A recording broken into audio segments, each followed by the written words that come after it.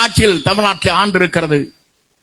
புரட்சி தலைவருக்கு பிறகு, புரட்சி தலைவர் அம்மாவுக்கு பிறகு ஆட்சி நடத்தியவர்கள் இன்றைக்கு ஆட்சி நடத்தி கொண்டிருக்கிற அத்தனை பேருக்கும் நான் இன்றைக்கு சொல்கிறேன், இன்றைக்கு திராவிட முன்னேற்ற கழகத்தை ஆட்சி கட்டிலிருந்து தூக்கி எறிவதற்கு ஒரே சக்தி தான் நம்முடைய தளபதி ஒருவரால் தான் முடியுமே தவிர எவராலும் முடியாது என்பதை நாட்டு மக்கள் ஏற்றுக்கொண்டிருக்கிறார்கள். நீங்கள் கவலைப்பட தேவையில்லை. சில பேர் இடையிலே வருகிறார். நான் இன்றைக்கு சொல்கிறேன் அவர்களுக்கெல்லாம், உங்களால் என்றைக்கும் திராவிட முன்னேற்ற கழகத்தை வீழ்த்த முடியாது. வீழ்த்துகிற சக்தி நம்முடைய தமிழகத்தின் வெற்றி தளபதியாக விளங்கிக் கொண்டிருக்கிற தளபதி ஒருவரால் தான் முடியுமே தவிர எவராலும் முடியாது என்பதை நீங்க உணர்ந்திருக்க வேண்டும். சில பேர் நினைக்கிறார்கள் அங்கே இங்கு ஓடிக்கொண்டிருக்கிறார்.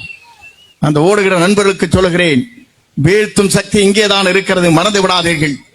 திராவிட முன்னேற்ற கழகத்தை வீழ்த்த வேண்டும் என்று சொன்னால் மக்கள் நல்லாட்சி நடத்துவதற்கு, நாளை எதிர்காலத்தை நம்பி இருக்கிற மக்களுக்கு கண்ணீரை துடைப்பதற்கு, நம்முடைய தமிழகத்தின் வெற்றி கழகத்துடைய தலைவராக மட்டுமல்ல, இந்திய நாடை வியக்கத்தக்க அளவிற்கு ஒரு வரலாற்றை படைக்கிற தலைவராக தமிழகத்திலே வீரனை போட போகிறார் என்பதை நீங்கள் மறந்துவிடக் கூடாது.